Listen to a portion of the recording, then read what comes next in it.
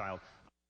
Welcome back to the analysis of tonight's Democratic debate for mayor. I'm joined once again by Nicole Bode, Clyde Haberman, Robert George, and Josh Benson. All right, let's talk issues for a moment. Let's go around the table, and I want you to spotlight a time when you feel a candidate has a new position, is being disingenuous perhaps about previous positions. Nicole, why don't you start us off? What's really interesting is that the amount of time that was spent on hospitals and hospital closures. So everyone sort of had something to say about it. It was one of the first subjects that was covered. It was the first question out of the gate. And what was interesting is that Quinn has been hammered the most when it comes to hospitals because St. Vincent was in her district.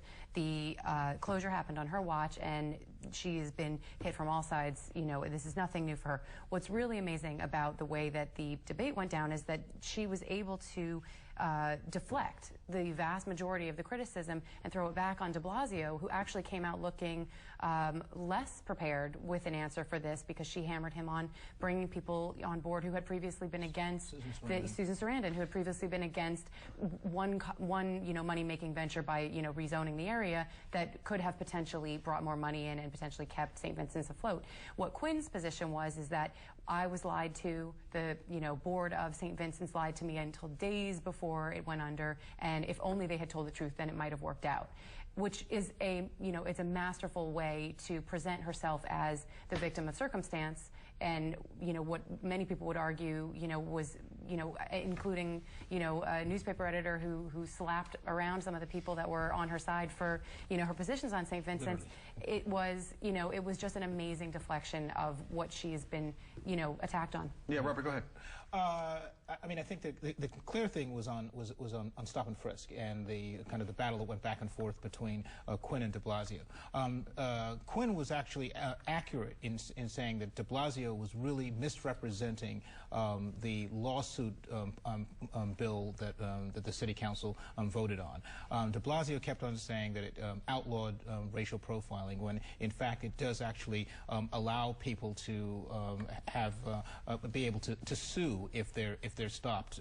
Sue in state court. Sue in state court. And de Blasio kept on misrepresenting what that bill was about, and Quinn called him on it. And it's going to be and it's interesting because his new ad is basically kind of built on that statement because he says that I'm the only one that's really looking to outlaw stop and frisk.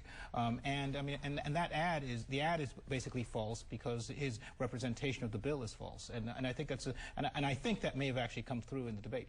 Josh? I think that issue was really important, and de Blasio unwittingly gave Christine Quinn a big out and did her a big favor there, because I think he was essentially barking up the wrong tree by focusing on that one bill. I mean, I think it's a little bit confusing to people to talk about the bills and the particulars, regardless of how each of them was representing them. Just as a tactical matter, he kept talking about this one bill that would allow people to sue in state court. When it's also coming at the same time as another bill which she supports. It seems to be particularly confusing for people. So one thing that's precisely right, it afforded her the opportunity to talk about the fact that her council is about to pass or override a veto of the Inspector General bill.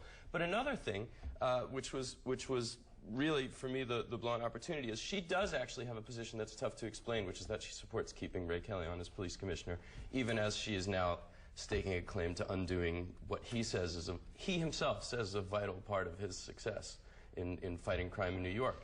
That's a really hard thing. That has actually been a problem for her. The first thing she's had to do in some interviews, including one on MSNBC the other day, was explain right at the outset that actually, she opposes stop and frisk. She doesn't oppose Ray Kelly, but she'd have to make Ray Kelly follow her dictates as mayor. It's just a hard position. It's a lot of contortions. And so de Blasio alluded to the fundamental contradiction, but he didn't follow through in that because he keeps talking about this bill, and I think she owned him tonight. Yeah, okay. Right. Clyde Haberman, you're going to get the last word. There was a little bit of disingenuousness at a certain level by the presumed three top candidates. Bill Thompson was complaining that Bill de Blasio had voted for an 18.5% increase in the property tax. Well, that was way back in the beginning of the Bloomberg administration when the city was flat on its back, and that was the one tax that you can put into effect pretty quickly to a city that was gasping for air practically. So I didn't think that was a completely fair attack for the very reasons that both my colleagues here said about stop and frisk. De Blasio was terribly disingenuous vis-a-vis Quinn on the stop and frisk issue, and Quinn again, for the same reasons that Josh was saying, is completely impossible to figure out. I'm going to keep Ray Kelly, but, you know, not with the signature issue of Ray Kelly. And less substantively, a little bit disingenuous when she refused to answer whether she would move into Gracie Mansion when she said that's going to jinx it, when every answer that she gave practically said, when I'm mayor, never if I'm mayor. So in terms of her persona, there was a little bit of disingenuousness there. Now, whether or not people evaluate any of those terribly highly, these problems in their presentations, we'll have to see. Very quickly. Yeah, no, it's funny. The de Blasio-Quinn face-off is a little bit, actually, if you think about it, a little bit like Obama and Hillary Clinton, where Hillary had to defend the whole Iraq War vote, and Quinn is sort of in the same issue with stop and frisk and Ray Kelly. Yeah, that's a good point. All right, we're going to have to leave it there. Thanks, guys, for being here. I really appreciate it. I want to thank Nicole Bode from DNAinfo.com, Clyde Haberman of the New York Times, Robert George from the New York Post, and Josh Benson from Capital New York for joining me.